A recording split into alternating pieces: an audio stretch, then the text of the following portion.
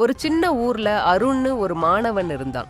அவன் நல்ல மனசுக்காரனா இருந்தும் அவன்கிட்ட ஒரு பெரிய குறைபாடு இருந்துச்சு.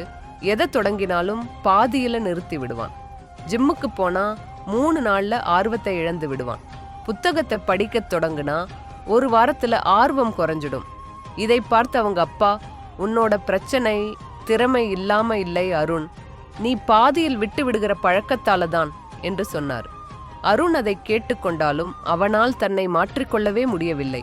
ஒரு நாள் அருணின் வாழ்க்கையை மாற்றப்போகும் ஒரு சம்பவம் நடந்தது. அவன் தெருவுக்கு பக்கத்துல 70 வயசுக்கும் மேலான ஒரு தாத்தா தினமும் காலை 5 மணிக்கு ஓடுவார். ஒரு நாள் கூட அவர் அதை நிறுத்த மாட்டார். அருண் ஆச்சரியத்துடன் அவரை கேட்டான், தாத்தா, உங்களுக்கு இவ்வளவு வயசு ஆகுது, தினமும் ஓடுறீங்கன்னா உங்களுக்கு சோர்வே வராதா? தாத்தா சிரித்துக்கொண்டே ஒரு முக்கியமான வார்த்தையை சொன்னார். சோர்வு உடலுக்கு வராது பையா, சோர்வு மனசு கைவிட்டாதான் வரும். அந்த ஒற்றை வார்த்தை அருணின் மனதில் ஒரு தீப்பொறி போல விழுந்தது. அந்த நாள் முதல் அருண் வாழ்க்கையில் பெரிய மாற்றம் தெரிய ஆரம்பிச்சது. ஜிம்முக்கு தவறாமல் போனான். தினமும் 30 நிமிடம் படிக்கத் தொடங்கினான். அவனோட ஒரே இலக்கு, இதை பாதியில் விட்டுவிடக்கூடாது என்பதுதான். பெரிய வெற்றிங்கிறது தினமும் நீங்க செய்யும் ஒரு சிறிய முயற்சியில தான் தொடங்கும். நீ வேகமாக ஓடணும்னு அவசியம் இல்லை, ஆனா ஓடிக்கொண்டே இரு.